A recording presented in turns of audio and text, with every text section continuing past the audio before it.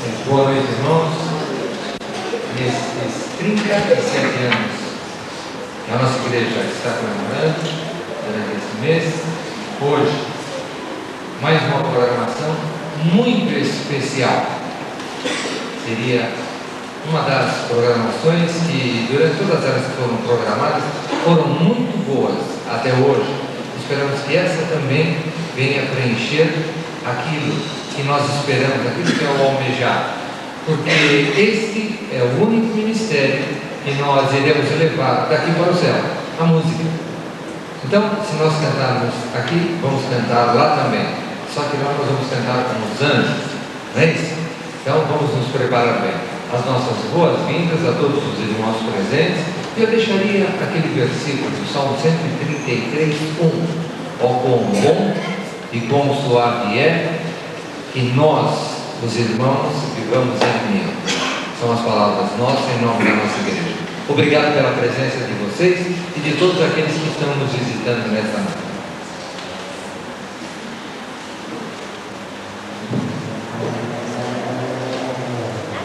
Nesses 37 anos da Igreja Batista em Parque Centenário, a igreja tem como tema: a igreja triunfará. Nós temos também a nossa divisa, que se encontra em Mateus. Nós vamos abrir a nossa Bíblia e vamos recitar na nossa voz. Mateus 16, verso 18, a parte B. Mateus 16, 18, a parte B.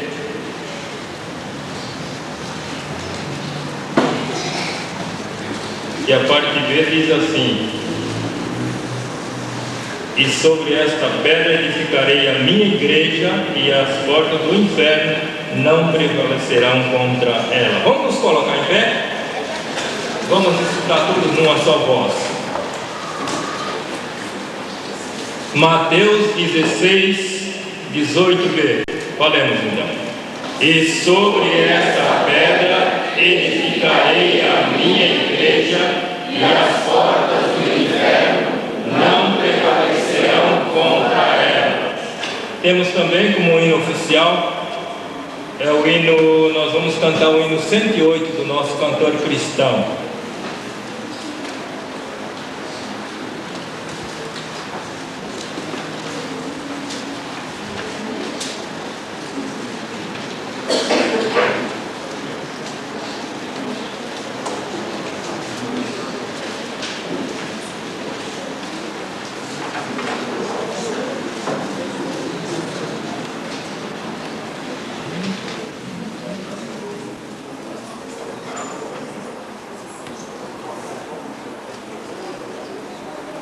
É a letra e a música do cantor cristão, porque nós não temos um que não tenha outro que foi adaptado. Então nós vamos estar cantando, como é a música do 108 do cantor cristão, então nós vamos cantar a letra e a música do 108 do nosso cantor cristão.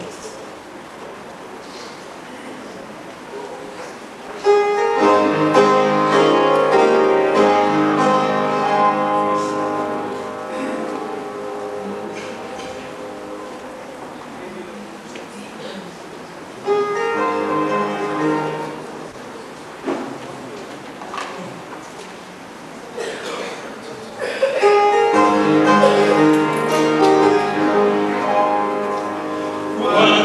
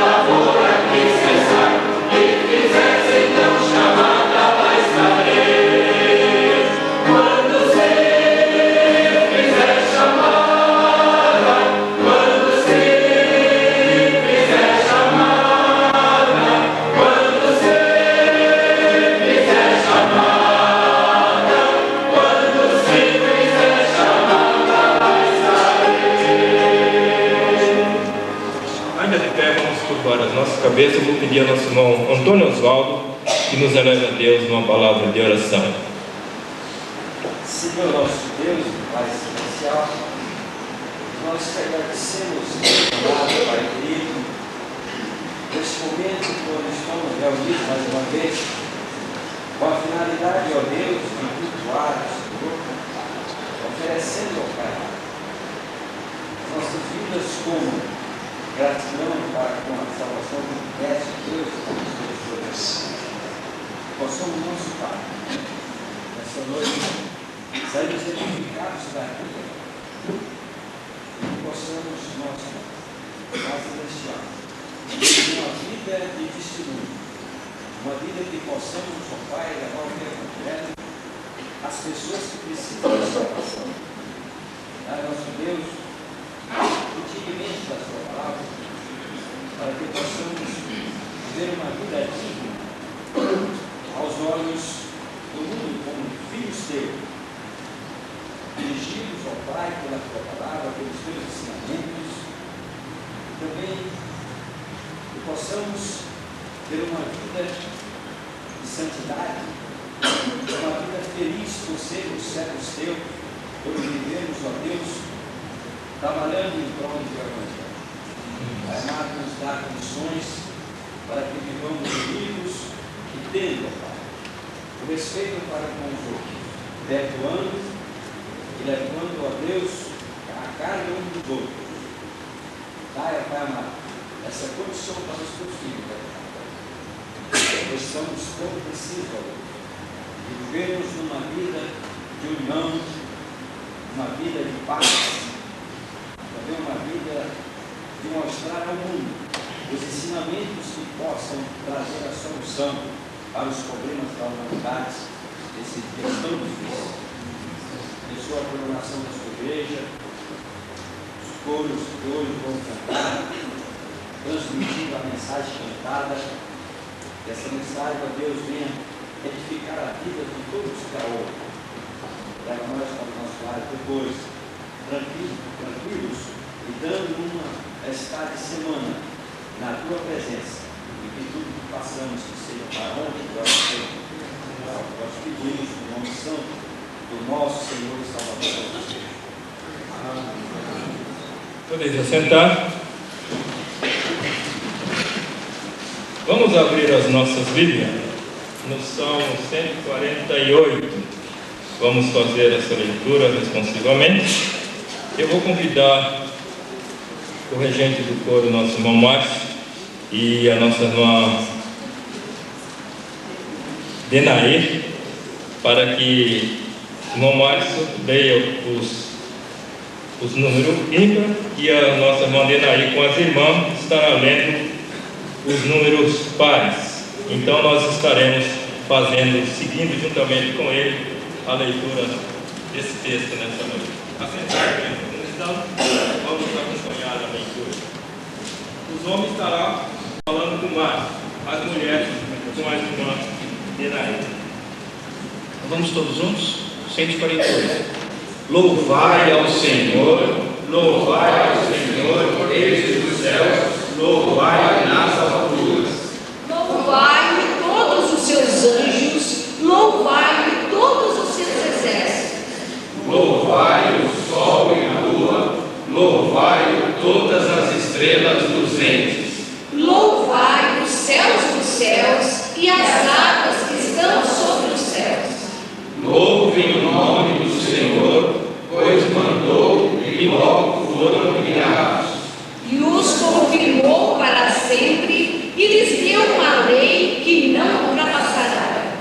Louvai ao Senhor desde a terra, vós baleias e todos os abismos. Fogo que saraiva, neve e vapores e ventos tempestuosos que exulta a sua palavra. Montes e todos os outeiros, árvores frutíferas e todos os cedros. As feras e todos os gados, répteis e aves voadoras. Reis da terra e todos os povos, príncipes e todos os juízes da terra. Mancebos e donzelas, velhos e crianças,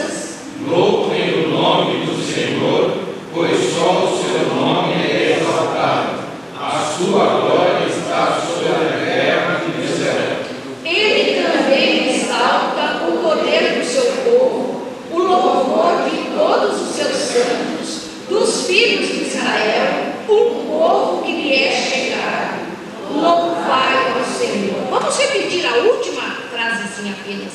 Todos, louvai ao Senhor.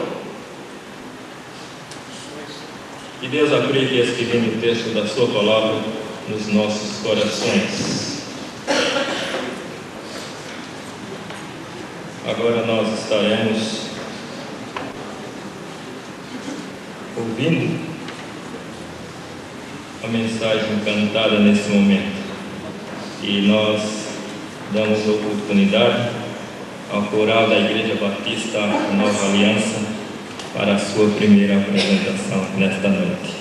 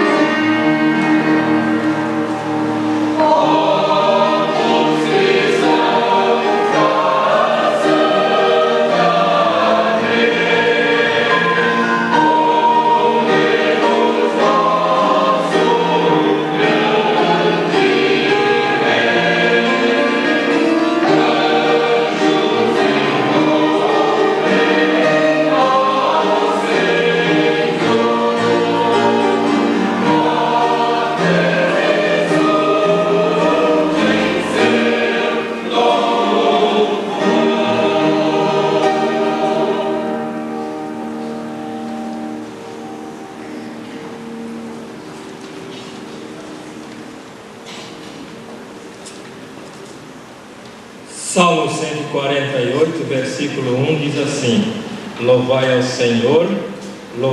Senhor desde o céu, louvai-o nas alturas. Em seguida nós vamos ouvir o coral desta igreja, sob a direção do nosso irmão Márcio Praia.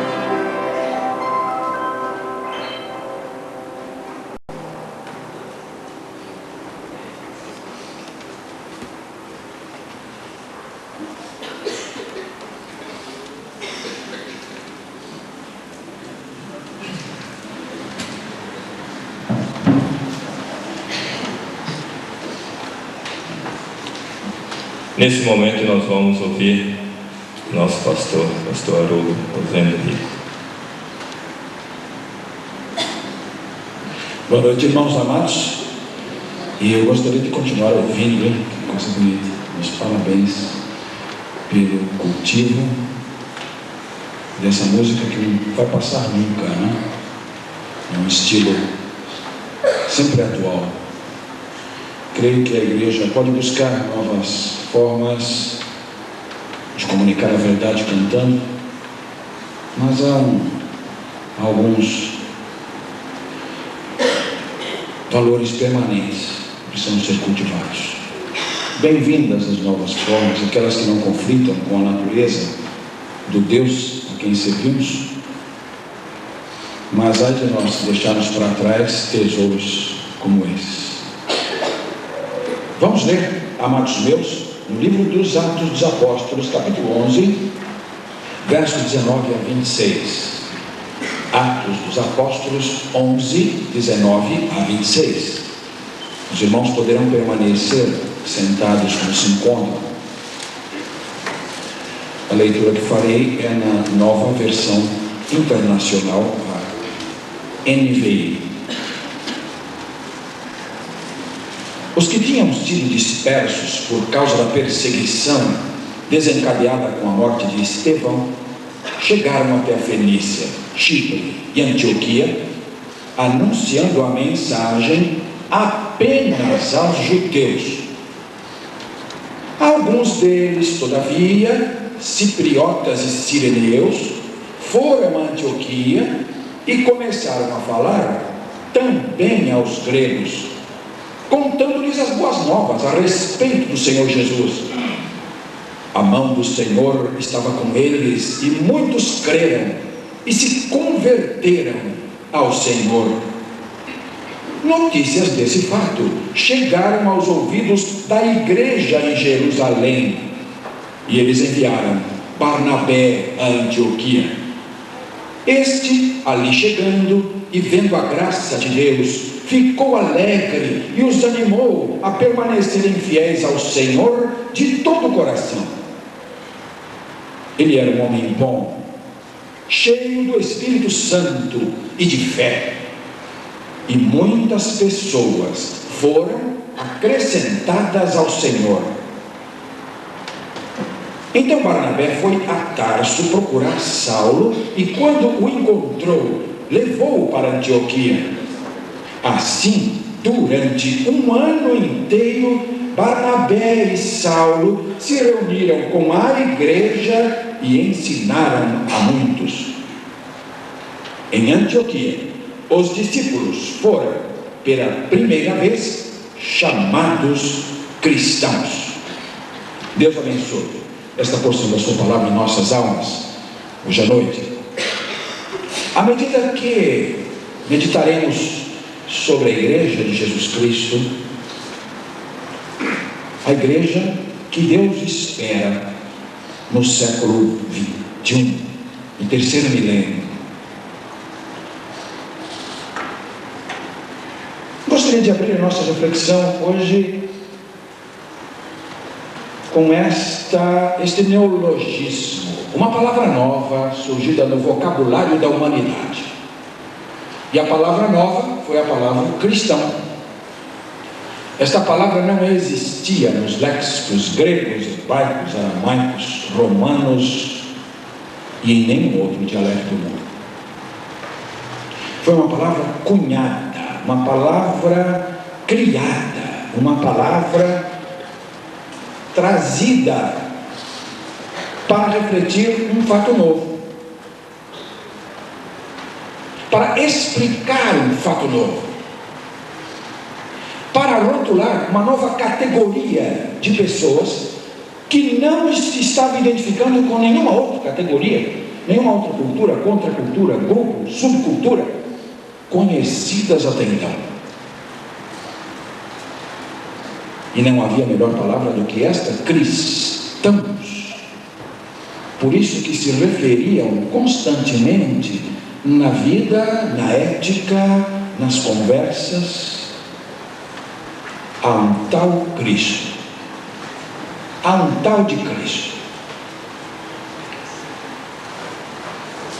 Se chamados para dar opinião, ou para dar o seu entendimento, ou a sua cosmovisão, a sua visão do mundo, das coisas, da vida, da morte, aquelas pessoas se referiam a Cristo, porque Cristo disse assim, porque Cristo ensinou assim, porque Cristo prometeu tal coisa.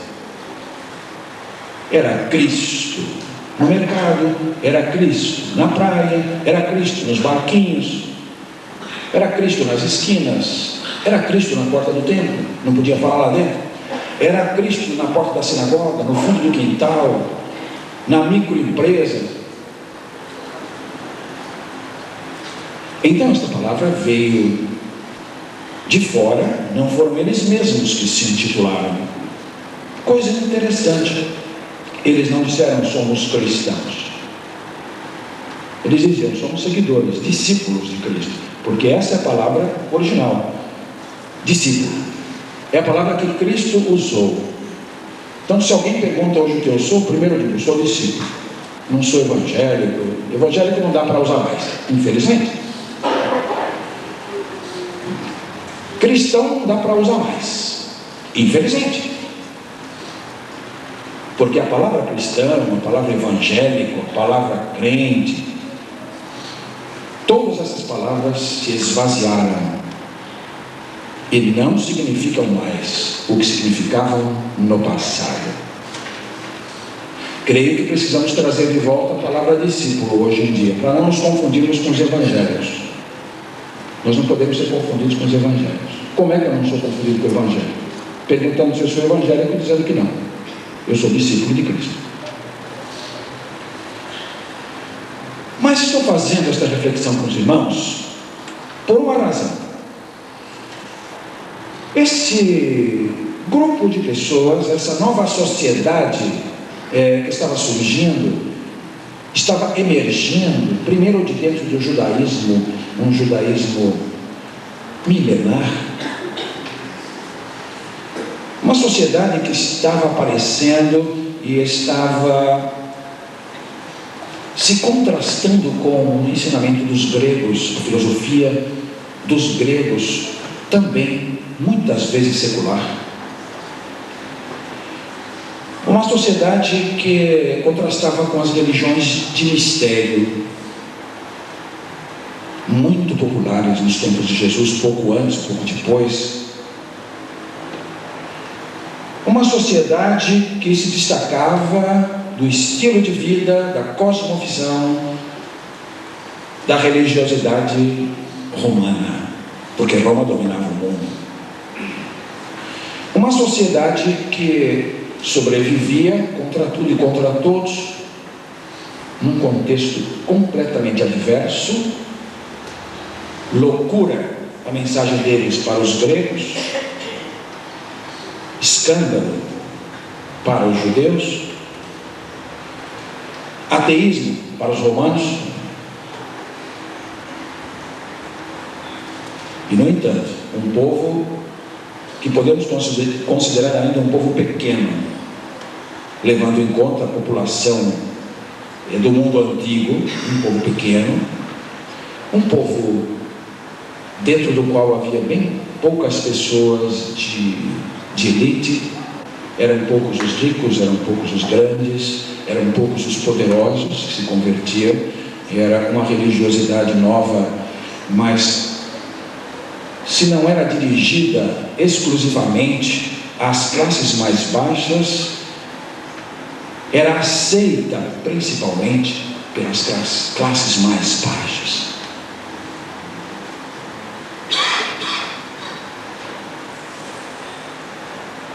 Desse grupo pequeno, sem recursos materiais, tecnológicos, logísticos, financeiros, políticos, patrimoniais, que recurso nenhum.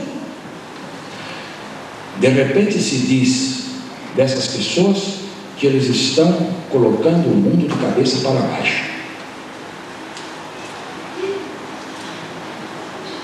Então, quando estudamos o cristianismo primitivo, quando estudamos a igreja dos primeiros momentos, nós temos um padrão, porque não foi uma igreja perfeita. Devo dizer aos irmãos que não foi uma igreja perfeita.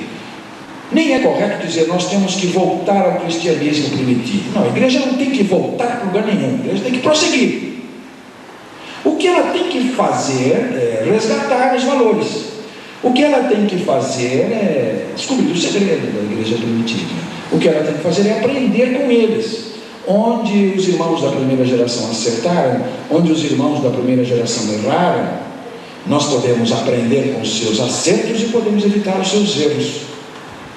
Podemos calibrar o nosso senso de igreja a partir do estilo de vida, mais ainda a partir dos referenciais, porque esses referenciais não mudam nunca para a igreja. Os referenciais são permanentes, os referenciais são inegociáveis e são imutáveis, como Jesus é imutável, o mesmo ontem, hoje, eternamente. Então não gosto da expressão, vamos voltar à igreja primitiva. Não creio que seja esta a filosofia correta. Nós temos que estudar o cristianismo a partir do primitivo e estudar toda a história da igreja de preferência, porque temos um tesouro de experiências que não podemos desprezar sem sério prejuízo para nós hoje. Eu diria que naquele momento o mundo passava por uma mudança de paradigma muito forte, porque não foi mais o mesmo depois de Jesus Cristo. As coisas não foram mais iguais depois de Jesus Cristo. O cristianismo, apesar da sua aparente fragilidade, penso que era aí que residia o segredo do seu crescimento explosivo. Aí residia o segredo da sua força, que não pode ser controlada e nem detida pelo Império Romano, pelas forças das armas. Estava exatamente nisso. Eles confiavam muito em Deus. Então, não é voltar ao cristianismo primitivo, mas aprender com eles esse valor. Olhavam muito para Deus. Jesus era o ponto focal da igreja.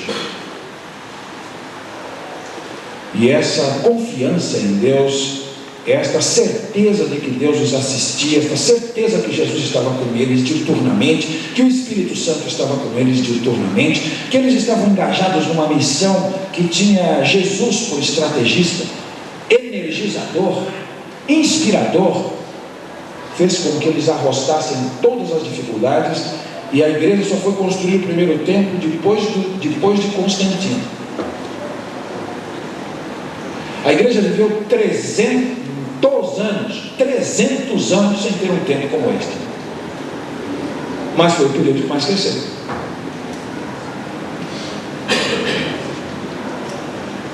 Então eu diria o seguinte: a igreja não vicejou num território, num terreno de facilidades.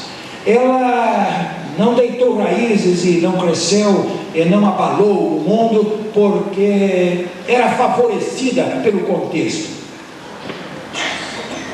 Então há esperança para nós que estamos vivendo um desafio semelhante. As origens dos adversários da igreja hoje, ou as estratégias, a origem é a mesma, não é? O inimigo de Deus é o inimigo da igreja, a estratégia é diferente, mas a igreja vive tensões como viveu aquela, e ela precisa saber lidar com o seu tempo, ler o seu tempo, compreender o seu tempo e dar a resposta com a mensagem que o seu tempo precisa. Nós estamos vivendo uma mudança de paradigma também, a partir ali de 1950, 60, vem se formando uma mudança muito radical de paradigma, uma mudança tão forte assim não se via desde 1453, com a queda de Constantinopla, na mão dos turcos otomanos. Em 1453, Constantinopla caiu, depois de um cerco muito sangrento, violento, por parte dos turcos otomanos, e essa queda finda a Idade Média e começa a Idade Moderna. Todos nós estudamos isso, estudamos a história, não é? Estudamos no primário, depois estudamos nos outros segmentos dos nossos estudos, a questão da história, e todos nós sabemos, né? A Idade Média termina, digamos assim, não é de uma vez, mas diríamos que o marco referencial para fins históricos, 1453, termina a Idade Média e começa a Idade Moderna. Mas ali a partir de 1960, 1950, 60, poderíamos dizer que a Idade Moderna vai cedendo a uma idade pós-moderna. Nós já podemos dizer que o mundo hoje já não raciocina mais filosoficamente, eticamente, espiritualmente, como raciocinava logo após o término da Segunda Guerra Mundial. Nós estamos vivendo uma época pós-moderna. Esse é o nome que os pensadores Foucault, Derrida estão trabalhando. Não sabemos ainda para onde vai levar este momento pós-moderno, mas com certeza essa filosofia está permeando pouco a pouco a nossa sociedade, a maneira de viver. Isso aparece na literatura, o desconstrutivismo, né? A desconstrução da literatura. Isso aparece na arquitetura, isso aparece no cinema, está aparecendo na televisão, está aparecendo nos reality shows. Então estamos sendo bombardeados por um novo paradigma de pensamento. E às vezes o povo que não reflete, o povo que só recebe, né, todo esse volume de informação, até de informação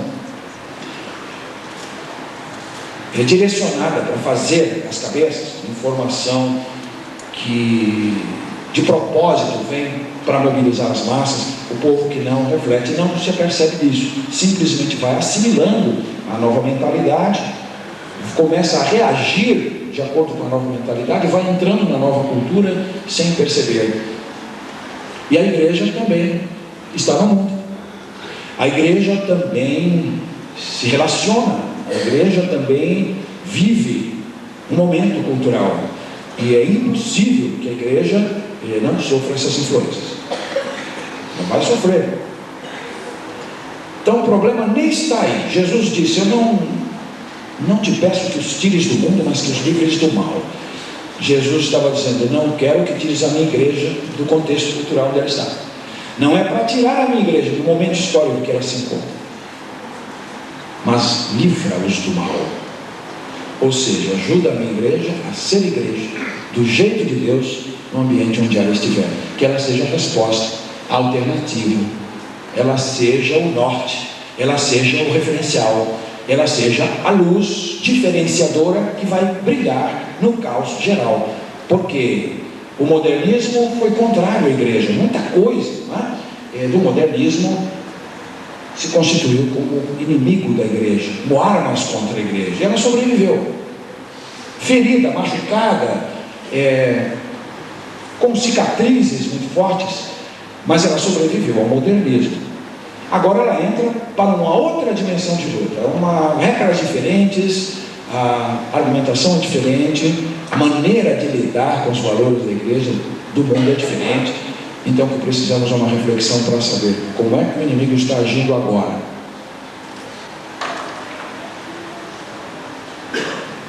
Na Idade Média aconteceu algo interessante.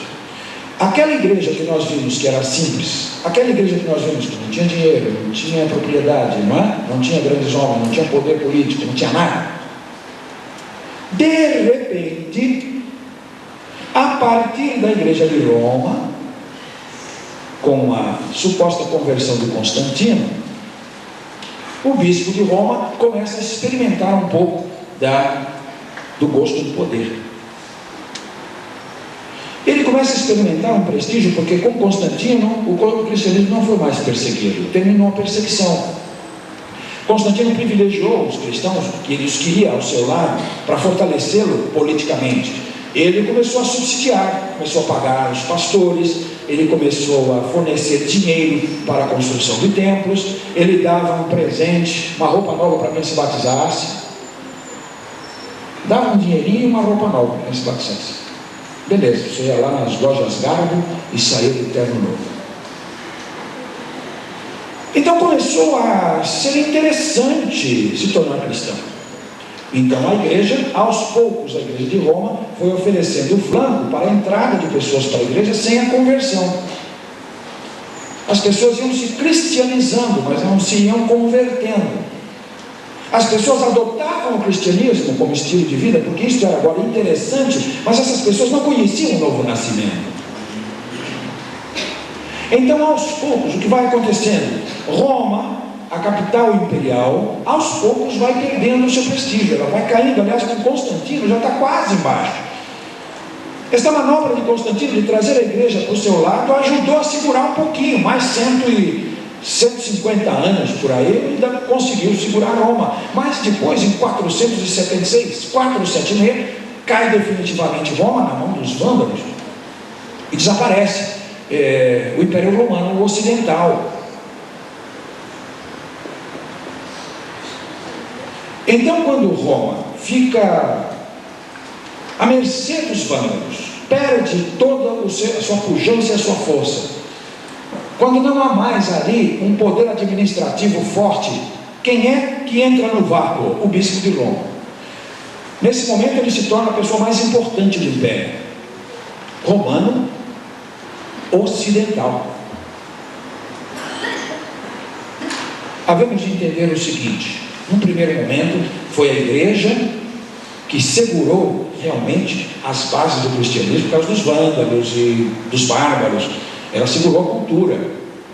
Nós devemos realmente muito à igreja nesse começo da Idade Antiga, começo da Idade Média, Baixa Idade Média, porque ela preservou nos seus conventos, nos seus mosteiros, ela preservou os escritos sagrados, ela preservou o Novo Testamento. Então há uma dívida. Só que vai acontecendo o seguinte: aos poucos o mundo vai entrando e a igreja vai aceitando esse casamento, e ela se torna uma estrutura mais tarde que de cristianismo só tem um nome. ela se torna poderosa, ela se torna rica, ela se torna dominadora e ela estabelece uma tese que ela é o maior poder do mundo. A igreja, mas não a igreja do Novo Testamento, a igreja católica, seria a universal, mas não a igreja católica qualquer uma, é apostólica, mas não é só católica e apostólica, é romana. Então, assim como o Império Romano queria todos os povos, né, abraçados por ele, debaixo das águias romanas, a igreja usurpou esse lugar, querendo dominar todos os povos, também debaixo do seu poder, dizendo que o Papa tinha duas coisas: as chaves do reino e a espada da justiça. Só que a espada, ele falou, a espada eu dou para o rei. A igreja usa a chave do céu e o rei usa a espada para matar quem não quer entrar no céu. Então a teologia ficou doente. Muitas coisas começaram a entrar, meus irmãos, que já não era mais o cristianismo primitivo. Muitas ideias, muitos ensinamentos, muitas práticas, muitos desvios, muitas heresias começam a penetrar no seio da igreja, que nada tem a ver. Você compara esses ensinamentos com o seu Novo Testamento e nada acontece.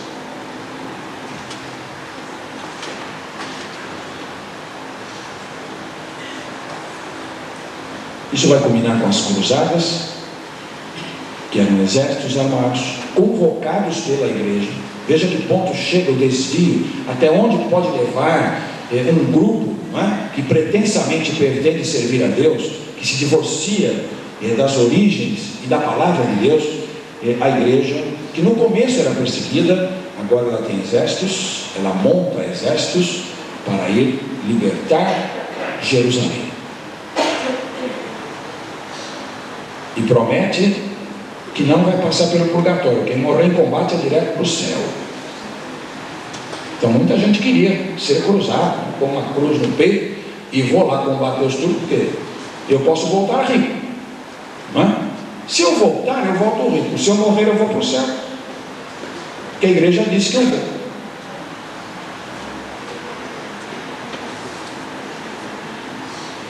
Muitas tentativas de reforma, muitas tentativas de retorno, muito sangue derramado, muita perseguição por parte de pessoas realmente convertidas que não aceitavam isso, tanto dentro da organização como fora dela.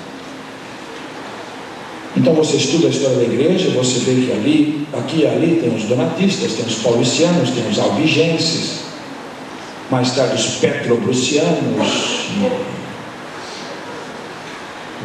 os citas mais tarde, os cátaros, né? Vários grupos, os anabatistas, vários grupos perseguidos implacavelmente, até sob pena de morte, que eram separatistas, reacionários, eram radicais em relação a esse cristianismo desfigurado. Em 1350, na Inglaterra, um homem chamado John Wycliffe lê a Bíblia e diz: está fora, o presidente da Inglaterra está fora. Nós precisamos voltar à salvação pela graça. Nós precisamos voltar à salvação pela fé em Jesus Cristo. As obras não contribuem para a salvação. Os sacramentos não tiram o nosso pecado. As obras de mérito, a oração pelos mortos, a intermediação dos santos, o purgatório, a hierarquia, a confissão auricular a um sacerdote, nada disso é ensinado no Novo Testamento. Nós temos que voltar. Mas o momento, as circunstâncias na Inglaterra não permitiram que as ideias renovadoras, reformadoras de Wycliffe ganhassem popularidade. Como no lugar onde Wycliffe atuava, o campo inglês, muitas pessoas saíam da Europa continental para estudar na Inglaterra. Algumas pessoas pegam as ideias de Wycliffe e essas ideias vão passando para Estrasburgo, na Europa. Estrasburgo é uma cidade que já foi muitas vezes francesa, às vezes alemã. Ela é bem na divisa, várias vezes foi francesa, várias vezes foi alemã, e ali fica fervilhando realmente esse tipo de resgate dos princípios do Novo Testamento. Na região da Boêmia, que é a Tchecoslováquia hoje, um homem chamado João Rose pegou as ideias de Wycliffe e começa a pregar uma igreja moldada no Novo Testamento. A ruptura com toda essa estrutura divorciada, essa estrutura politizada, essa estrutura intolerante, essa estrutura estatal, essa estrutura sufocante do verdadeiro evangelho. E ele começa a pregar em Praga a nova mensagem. Mas ele é preso, ele não podia pregar isso. E no Concílio de Constância, em 1414, ele é condenado à fogueira. E João Rose é queimado vivo por causa das ideias de volta ao Novo Testamento. Durante o processo do Concílio de Constância, eles descobriram quem é que foi, onde foi buscado esse corpo de ideias reformadoras. E descobriram que era o Wycliffe. Mas o Wycliffe já tinha morrido. Eles foram lá, desenterraram e tocaram fogo no que restava. Queimaram o Wycliffe morto já. Queimaram os restos mortais dele, lá na Inglaterra. Quando João Rose morria na estaca, ele orou a Deus. Que coisa incrível, uma pessoa que dá a vida, né?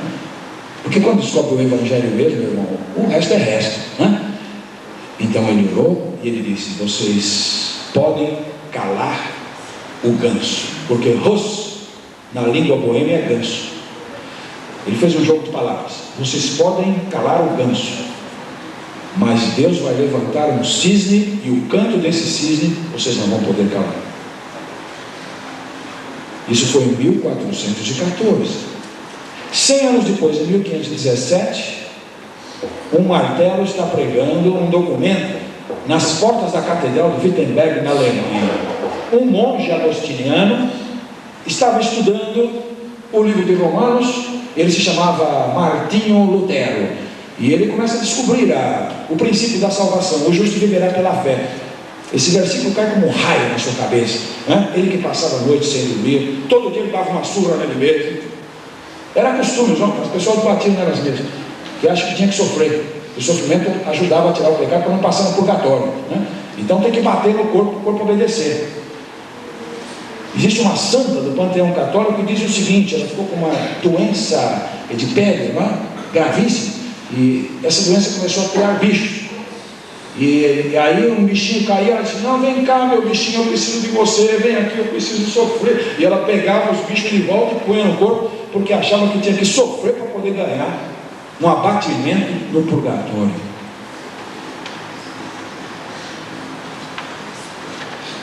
Neste momento, basicamente 100 anos certinhos depois da morte de João Rose, esse sacerdote católico romano, Martinho Lutero, coloca 95 teses, 95 coisas que ele queria discutir com a igreja, para reformar a igreja.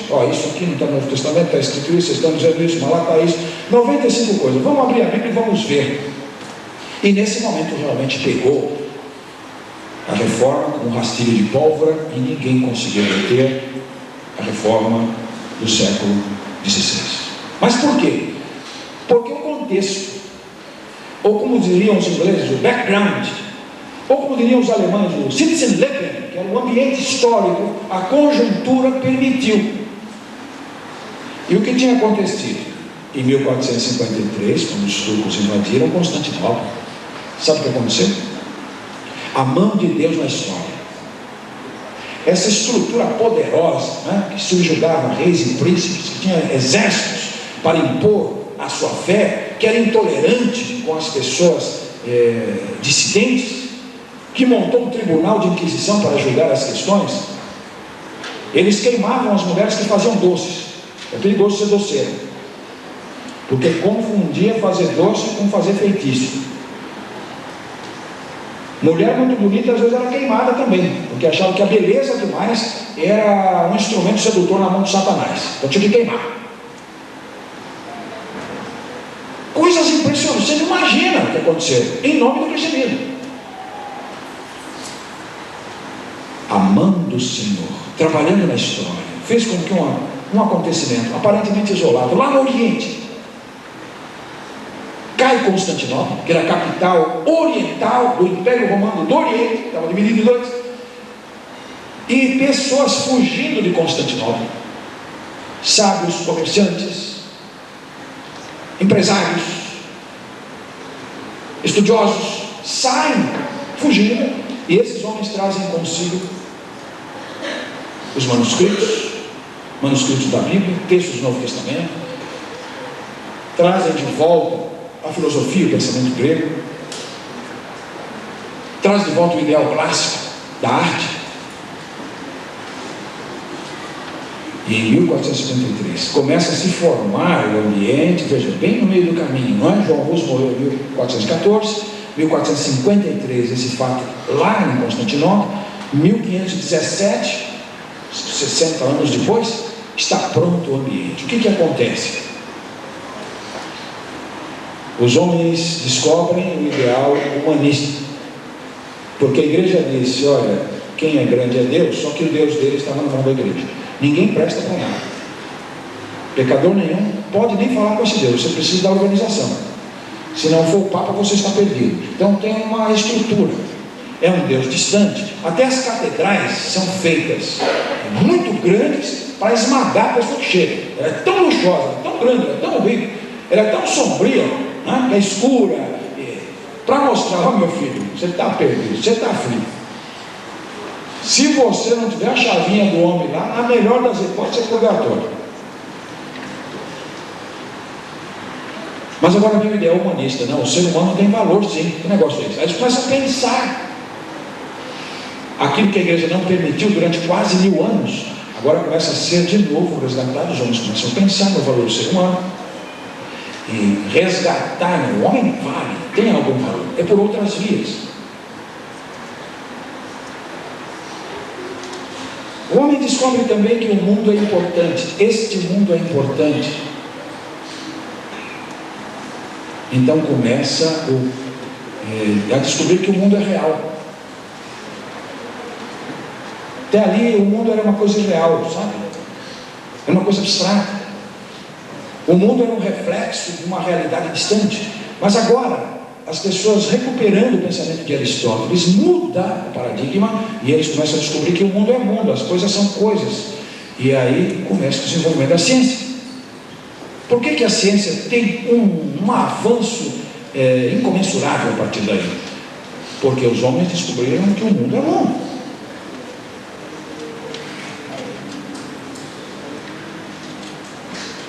Então surgem homens estudando a natureza. Duns Scotus foi o primeiro que abriu para o naturalismo. Depois vieram Galileu, depois Copérnico, depois Newton. Isaac Newton falou: gente, aí foi para o outro lado. Sabe o que acontece? Tem Deus nenhum não. O que tem mesmo é esse mundo, o que existe é este mundo. Todo esse universo que nós vemos é um reloginho. Então veio uma teoria mecanicista. Nós vivemos dentro de uma engrenagem mecânica. Tudo são leis cegas que se combinaram e formaram esse todo. Não tem nada além disso, não. René Descartes estabeleceu a dúvida metodológica. Ele falou assim: olha, você quer saber de uma coisa? A gente tem que começar duvidando de tudo. Vou duvido de tudo. Aí ele ficou pensando: mas será que há alguma coisa que eu não posso duvidar? Aí ele chegou à seguinte conclusão: de uma coisa eu não posso duvidar, eu penso. E como é que eu posso ter certeza que eu penso? Eu penso porque eu estou pensando. Se eu estou pensando é porque eu penso. Se eu penso, eu existo. Então ele chegou à certeza de uma coisa: penso, logo eu existo. A partir não de Deus, mas a partir dele mesmo. Então, um processo cartesiano, não é uma maneira diferente de pensar, ele começa a levar o homem para o endeusamento do homem, do planeta, e agora o homem tem todas as respostas. Isso leva à Idade Moderna. Sabe o que acontece também? O caminho para as ilhas é bloqueado lá. Os turcos tomaram conta. Então, o tremendo comércio que era feito com a Europa e o Oriente, para buscar especiarias, etc., aquilo é cortado. E isso impulsiona os homens a procurar outro caminho. Então eles começam a contornar a África, não é? Marco Polo faz uma viagem lá até a China, ele vem contando umas histórias, e o Colombo acredita e fala: eu vou chegar às Índias mesmo, eu vou navegar no sentido contrário, eu vou chegar às Índias mesmo. Então descobrem-se os novos mundos. Eu quero fazer algumas conclusões. O que foi que esse novo paradigma do modernismo deu? O endeusamento do materialismo, o endeusamento da ciência, da razão humana, e a tese de que o homem, por si mesmo, iria dominar o mundo e fazer disso aqui um paraíso. Não preciso de Deus, não. Nós vamos pela ciência, nós vamos descobrir as leis universais e vamos dominar o mundo. Felicidade para todos, isso aqui vai ser um paraíso, porque a ciência vai explicar tudo. E nós vamos provar que Deus não está na parada, não. Friedrich Nietzsche diz o seguinte: Deus morreu. Você tem que pensar nisso. Deus morreu. Augusto Conte falou o seguinte: olha, o homem teve 3 períodos na vida dele: o místico, o religioso e o filosófico. O místico, ele era animista, ele era ignorante, tudo para ele era diabo, Deus. Depois teve o religioso, né? Ele melhorou um pouquinho a ética, mas ainda precisava de um Deus para explicar. Nós estamos entrando num momento que não precisamos de Deus para explicar nada. Estamos entrando num momento positivo. Aquilo que o homem vê, sente e controla, isso é Deus. A igreja passou por tudo isso e teve que lutar contra esses adversários: o materialismo, né? O ateísmo, o racionalismo, o cientificismo, o empirismo. E ela sobreviveu. Sabe por quê? Porque esse pensamento nos deu 2 coisas. A primeira, a ciência trouxe muita coisa boa. Trouxe o automóvel. Você veio de carro, né? Se não veio de carro, veio de ônibus. Dá na mesma, né? É o motor a gasolina, o motor a explosão, né? Quando você viaja, você vai ver que ônibus, leito, ar-condicionado, né? Quando não sobra para ir de avião, ou avião também. Então inventou muita coisa. Computador, né? Então a ciência, por um lado, trouxe muita coisa, só que ficou longe de ser o paraíso que ela prometeu, porque ambiguamente ela trouxe também a destruição na sua esteira, a poluição do planeta, destruição da camada de ozônio, o efeito estufa, o aquecimento do planeta, a devastação das florestas, poluição das águas dos rios, a poluição dos mares. Cuidado quando for à praia, hein? Os tubarões estão tendendo a atacar cada vez mais nas praias, porque eles não estão tendo alimentos onde tinham antes, que as águas do mar estão poluídas. Agora na Tchecoslováquia choveu uma coisa que não se entende. Mais de 800 anos não tinha uma chuva como esta. Então, o que a ciência prometeu, não cumpriu, trouxe de fato muito avanço, muito conforto para a humanidade, muita tecnologia, mas trouxe também muita destruição. Se vocês se lembrarem que a ciência produziu a arma, as bombas e os meios de destruição de massa. Quem não foi para esse lado foi para o comunismo, com Karl Marx, que disse: não precisamos de Deus, nós vamos fazer uma sociedade igualitária, onde todos pertencerão ao Estado, tudo será de todos, ninguém terá mais, ninguém terá menos, todos terão igualmente. O marxismo materialista dialético, sem Deus na história. E o comunismo prometeu uma utopia que também desmoronou em 1989. Então entramos agora no outro momento. Nem o racionalismo e nem o comunismo. Já o mundo está desencantado. Em que entramos agora? No pós-modernismo.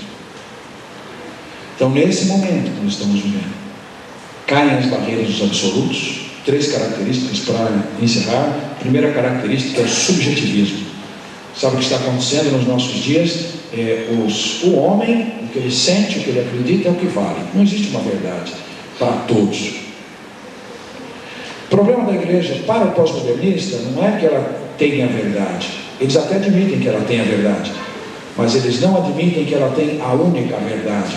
Então eles dizem, bem, claro, a igreja tem uma verdade, mas não é a única. Eu tenho a minha, o outro tem a dele, o hindu tem a dele, o chinês tem a dele, e tudo é verdade.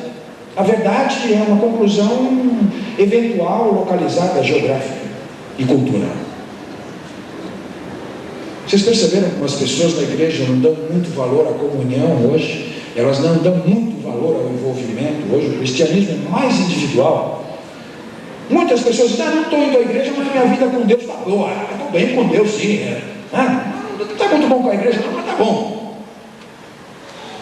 É o pensamento dos nossos dias. Não, para quê? Você tem o seu jeito de ser. Segundo, relativismo. Tudo é relativo, nada mais absoluto. Não há absolutos. Se não há absolutos, logo não há sentido de ter uma palavra de Deus. Temos que desconstruir, sabe? A Bíblia é literatura, a literatura tem que ser desconstruída. Cada um interpreta como quiser. Você dá a interpretação que você quiser. Não tem nada na Bíblia que seja universal. É por isso que o nome evangélico hoje já não significa nada. Porque depende do que está por dentro, é que vai se saber o que é e o que não é. E nós vivemos um pós-modernismo pragmático, que é o que funciona. Então as igrejas estão esquecendo o poder de Deus e se armando de recursos para atrair clientes. Tecnologia para atrair jovens, mídia para atrair jovens, a arte mesmo, a música e o funcionamento da igreja tem que ser feito para atrair o não crente. Então agora já está se pensando na dança, no balé, que é uma coisa interessante, no teatro, etc. Nem vale a pena comentar mais, vocês sabem exatamente o que está acontecendo. Agravado por um fator. Nós vivemos uma época de comunicação. Nós vivemos uma época de informação. A televisão e o computador trazem as informações cada vez mais cedo e mais rapidamente nas vidas das pessoas. As igrejas não são mais guetos fechados. O crente sai do culto, que pregou 40 minutos, ele já não aguenta mais. Mas aí ele vai para casa e assiste 2 horas de futebol, numa boa. Ele vem para o culto, uma pregação de meia hora, ele já não suporta mais. Ele fica vendo o Silvio Santos, o show do milhão, 2, 3 horas, não tem problema. Ele vem para a igreja, a revista da escola dominical, aquilo perturba, não acaba não. Mas chega lá e vai assistir o Big Brother Brasil. Ou então vai assistir o R.R. Soares, que é pior ainda. Então, gente, nós precisamos, de novo, ter a mesma forma. Não é voltar lá ao cristianismo primitivo, porque o contexto deles nunca mais acontecerá. Nós temos o nosso próprio contexto. O que precisamos hoje é nos apropriar da fórmula que usaram, aplicar esses princípios hoje.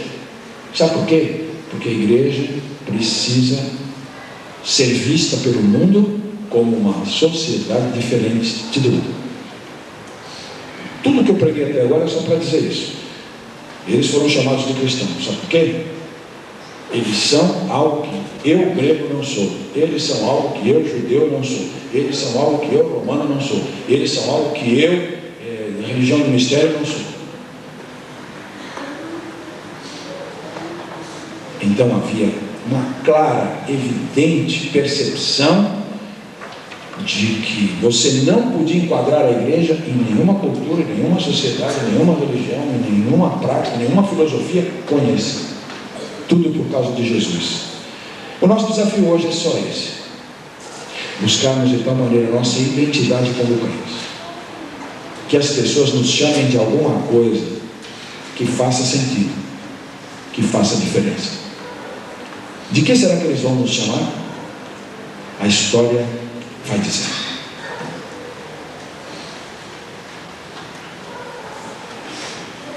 Vamos orar? Nosso Deus, nosso Pai que está no céu, nós te rendemos graça pelo privilégio, Deus, de sermos teus filhos, porque tu deste teu Filho Jesus Cristo para morrer na cruz em nosso lugar. Te agradecemos a Deus pela tua palavra acolhida e que foi explanada pelo teu servo, que a tua palavra, Deus, ache lugar nos nossos corações e que possamos, ó Deus, aplicá-la no nosso dia a dia. Nós queremos pedir a Deus por cada vida que se encontra aqui nesta noite. Toma, ó Deus, nas tuas mãos, revista-nos com o teu poder. Abençoe, a Deus, aqueles teus servos que se encontram enfermos. Nós colocamos nas tuas mãos e queremos pedir a Deus que tu cures segundo a tua vontade. Abençoe as tuas igrejas sobre a face da terra. Abençoe aqueles que estão à frente, que tu revista com o teu poder, para que eles possam ensinar o teu rebanho conforme a tua vontade. Perdoa os nossos pecados, por isso nós te rogamos hoje e sempre. Amém. Vamos cantar? Ouçamos o coro da Igreja Batista Nova Aliança.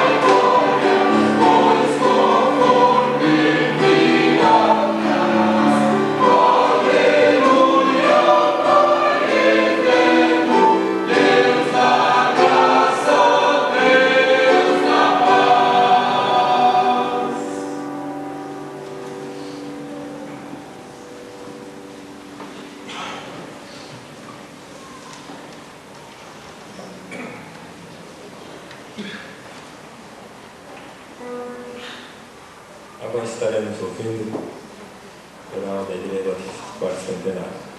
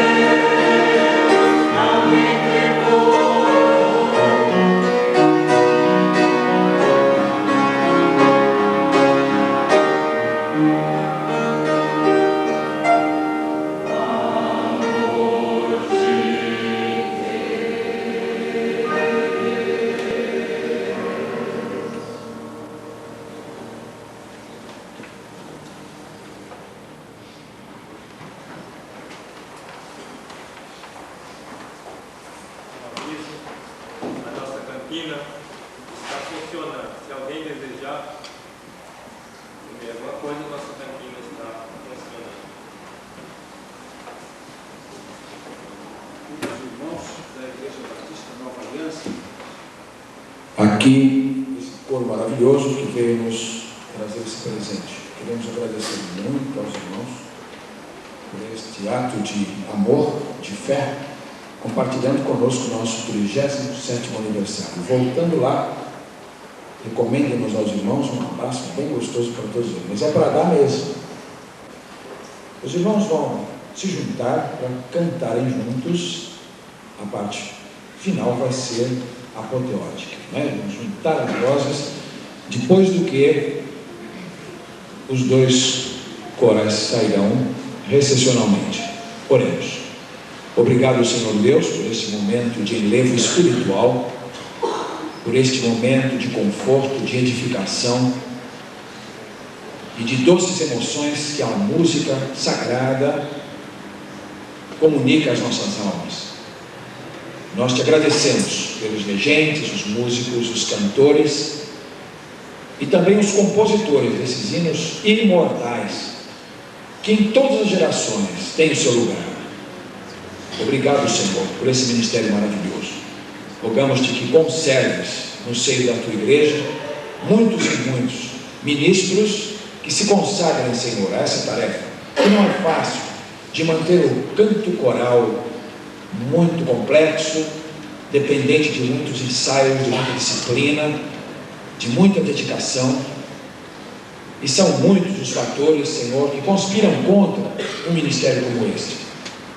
Mas as nossas orações sobem em intercessão, pedindo-te a tua bênção, a tua misericórdia, a tua graça, o teu estímulo, para que tal arte não deixe de ser cultivada nas tuas igrejas. Nós oramos em nome de Jesus. Amém.